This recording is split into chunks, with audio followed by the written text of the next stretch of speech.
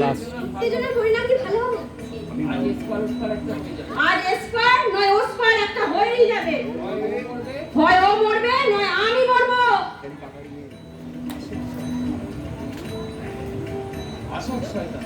এই আসুক শয়তানি, এর এই ঘরে কোপ মারবো। পুলিশের ঝামেলা হবে তো বই গেল। হয় খুন নয় জখম করবো আজকে। এই চাল রেখে বলছি, রেখে বলছি। বর্দি, বর্দি তুমি চাল রেখে এসো, নইলে ও তোমাকে খুন করবে। লক্ষ্মী বর্দি, সামান্য করে অনর্থ সৃষ্টি করো না, দোহাই তোমার। না মোলা, অশুভ শক্তির কাছে আমি কোনোদিনও মাথা নত করিনি, আজও করব না। আমি তো মরবই। মরবার আগে আমি এই শয়তানিকে নিয়ে তবে মরবো। এগিয়ে আয় শয়তানি। আমি ওই ঈশ্বরের নামে শপথ করে বলছি, তোর বুকের রক্তে আজকে আমি স্নান করব। 1 বছর ধরে লাঞ্ছনা, গঞ্জনা, অপমান, অসম্মান অনেক কিছু সহ্য করছি, আজ তার অবসান করবই। এই আমি চাল নিয়ে ভেতরে যাচ্ছি, যদি তোর ক্ষমতা থাকে আমাকে বাধা দে।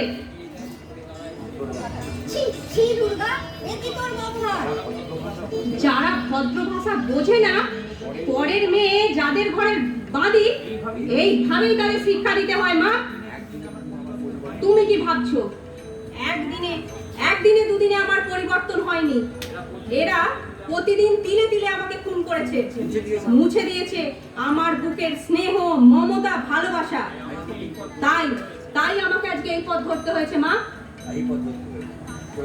তাই এই পথ ধরতে হয়েছে। দাঁড়া দাঁড়া হারামজাদি শয়তান, দাঁড়া তুই। মা বাড়ি এলে তোকে আমি এই বটিতে কেটে কই মাছ ভাজবো।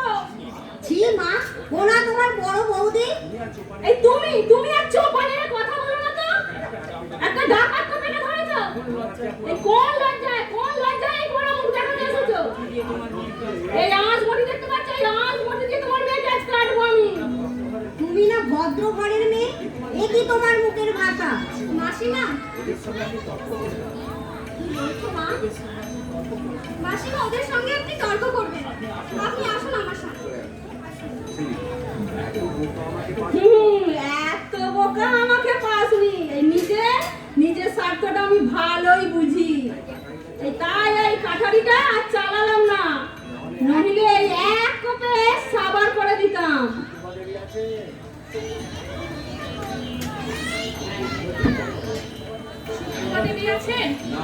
না, আর কি আছেন বাড়িতে? আর কেউ নেই। আচ্ছা, দুর্গা দেবীকে কেন? সেই হারামজাদিকে আবার কি দরকার? ওকে আমি আজ এই আঁশ বটি দিয়ে কাটবো। কেন বলছি? সেই গল্পের কি আমি তোমাকে দেব? ম্যাডাম আপনি? হ্যাঁ, আসবো বলেছিলাম যে। সেলিম, যা তোমা, একখানা চেয়ার এনে দে। যা তাড়াতাড়ি যা, জেলার শাসক উনি। থাক, চেয়ারের আর দরকার নেই। বলছি আপনার স্বামী আছেন বাড়িতে? হ্যাঁ, এই মাত্র এলেন। বলছি তাহলে দুর্গা দেবী কোথায়? ওই ঘরের মধ্যে, ওইখানেই আমার ছেলেকে আজ 1 বছর ধরে আটকে রেখেছে, কাউকে ঘরে ঢুকতে দেয় না। আমার মনে হয় হুজুর বাবা ছেলেটাকে শয়তানি খুন করেছে। একদিন বলছিল আমি সব সাধনা করছি, ডাকিনি বিদ্যা জানে ওই হারামজাদি। বলছি এটিকে? আমার মেয়ে, ও তো ভয়ই মরে যাচ্ছে, কোনদিন গলা কেটে নেয়। ওর হাতে কাটারি বটি কেন? বোধহয় কুটনো কুটছিল। আরে কুটনো নয় মা, কুটনো নয়, এই হারামজাদি তালা ভেঙে চাল নিয়েছে, তাই ওকে খুন করব বলে। ভয় দেখাতে গিয়েছিলি? আরে না না, ঠিক করেছিলাম আজকে ওকে খতম করে দেব। সুপ্রভা দেবী, আগে চাল ডাল আপনি তালা বন্ধ করে রাখেন কেন? আগে চোর ছেঁচড়ের ভয়ে। বাইরের চোর? আগে না, বরের চোখ। আমার ছোট ছেলের বউ গরিবের মেয়ে কোনদিন 5 কিলো চাল বিক্রি করে দেয়। তার মানে আপনি কাউকে বিশ্বাস করেন না? না, তা নয়। আমি আপনার বড় ছেলে অভিজিতের সাথে দেখা করে আসছি। আপনারা কেউ বাড়ির বাইরে যাবেন না। মেয়ে ছেলে আবার জেলা শাসক হয় নাকি? এই চাপড়াসি পিয়ন হবে বোধহয়। চুপ কর শয়তানি। দামটি নিয়ে মস্তানি দেখাতে এসেছি। মাছটায় মাছ রাঙায় আর নাম করে বগায়। ওর হাতে কাটারি বটি দেখে উনি ভাবলেন তুই বউকে জ্বালাচ্ছিস। মরণ নেই তো? আবার বড় মুখ করে বলছি খুন করবো এই শয়তানিকে। এই তুমি আর ভেজর ভেজর করো না তো। এই গেল তো হাবাটাকে দেখতে। কথা বলতে গেলেই ব্যাস আক্কেল গুরু। এই আমি লিখে দিতে পারি এই শয়তানি এবার জব্দ হবে। তা যদি হয় মা কালীকে আমি জোড়া কাঁটা দেব। মা হে মা দুর্গা, হে মা বিশ্বলক্ষ্মী, আমি বাতাসা হরিণ লোট দেব। এই বুকের রক্ত দিয়ে আমি তোমার পুজো দেব। মা এই ছোট লোক চামারের বেটি যেন কঠোর শাস্তি। হ্যাঁ, দরজার পাশে ওই চেয়ারটায় বসুন আপনি অভিজিৎ বাবু। সুপ্রভা দেবী, ওই দেখুন দরজার পাশে চেয়ারে বসে আছে। উনি তো আপনার সতীনের ছেলে অভিজিৎ। হ্যাঁ, নাম মানে অভির মতোই দেখতে, কিন্তু অত আমাদের অভিজিৎ নয়। কেন? অভি তো বদ্ধ পাগল। এক মুখ দাড়ি, রুক্ষ সূক্ষ্ম চুল, ছেঁড়া নোংরা পাজামা নয়তো ছেঁড়া প্যান্ট পরে থাকে। কিন্তু ও তো দেখছি ক্রেতা দুরস্ত ভদ্রলোক। হ্যাঁ মা, ও তো আমাদের পাগলাটা নয়। ওই শয়তানি দাদাকে খুন করে ওই লোকটাকে ম্যানেজ করেছে এই সম্পত্তির লোভে। ও মেয়ে করতে পারে না হেন কাজ পৃথিবীতে নেই। দয়া করে আপনি আমাকে বাঁচান হুজুর। নইলে ওই রাক্ষসী কোনদিন আমাকে খুন করবে। আমার মেয়ে ওর ভয়ে তটস্থ। আমার ছোট ছেলেকে বেলুনি মেরে ঠ্যাং ফোড়া করে দিয়েছে। আমার হাত মুচড়ে দিয়েছিল। আমি ন্যায্য বিচার চাই ধর্মবতার। বড় আশা করে ছেলের বিয়ে দিয়েছিলাম, সে আশায় জল ঢেলেছে ওই শয়তানি। আমার শান্তির সংসারে অশান্তির আগুন জ্বালিয়েছে। এই পান থেকে চুন খসলেই ছুরি নিয়ে তেড়ে আসে। ওর ভয়ে নিজের সংসারে আমি কেঁচো হয়ে আছি।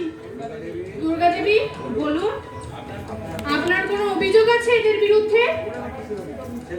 বলছি ওর আমার কিসের অভিযোগ? ওই তো আসামি। তোমরা চুপ করো, ওকে বলতে দাও।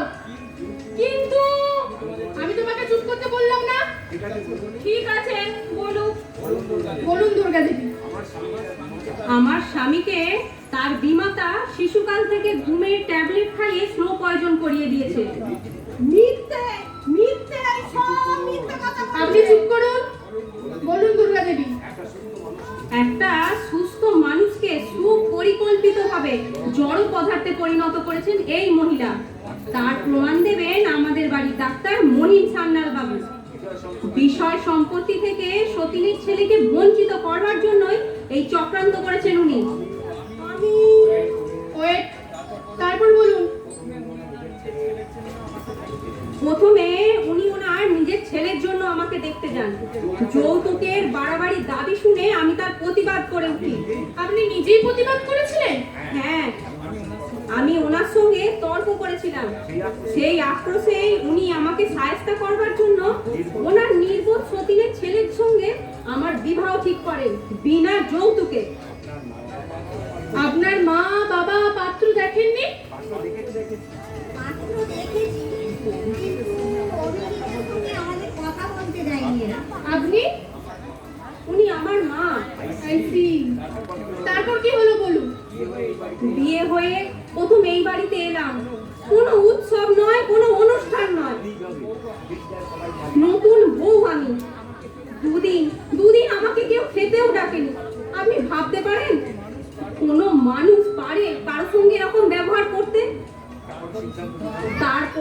সিদ্ধান্ত নিলাম, শঠে সৎখান সমাচরে, অর্থাৎ আমাকে বাঁচতে হলে বিদ্রোহ করতে হবে এদের সঙ্গে, মানুষ করে তুলতে হবে আমার স্বামীকে। আপনার চিন্তাধারায় আমি প্রশংসা করছি দুর্গাদেবী। কিন্তু ভাগ্যের কাছে আমি হার মানব না, এই ছিল আমার প্রতিজ্ঞা। নিজের যোগ্যতায় আমি নিজের ভাগ্যকে জয় করেছি। সুপ্রভা দেবী, বলুন। আপনার বিরুদ্ধে দুর্গাদেবীর গুরুতর অভিযোগ, আপনি আপনার সতীনের ছেলেকে স্নো পয়জন করে খুন করবার পরিকল্পনা করেছিলেন।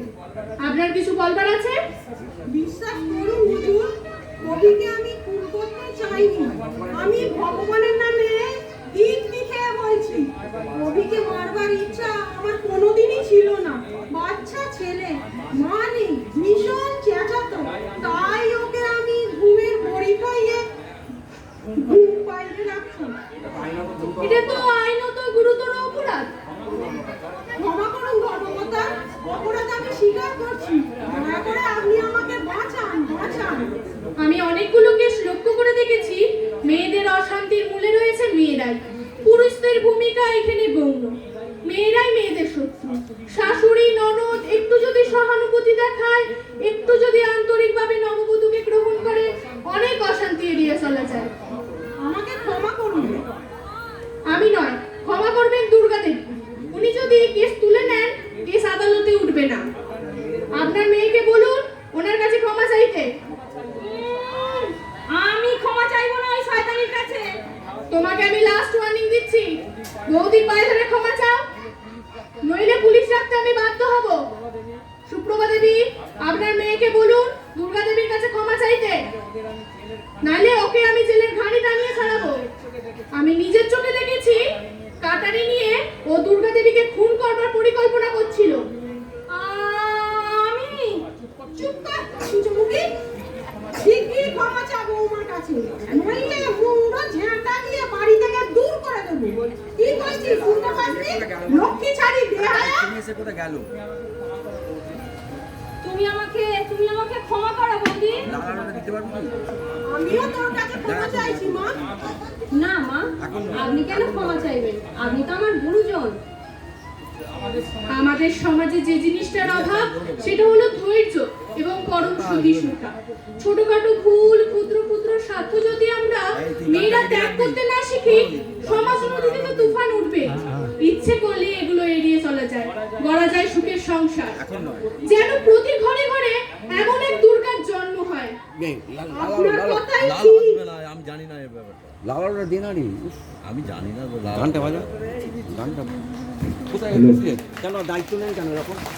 আমাদের আজকের নাটক অপরাজিতা এখানেই শেষ হল। এরকম দায়িত্ব নিয়ে যাচ্ছেন?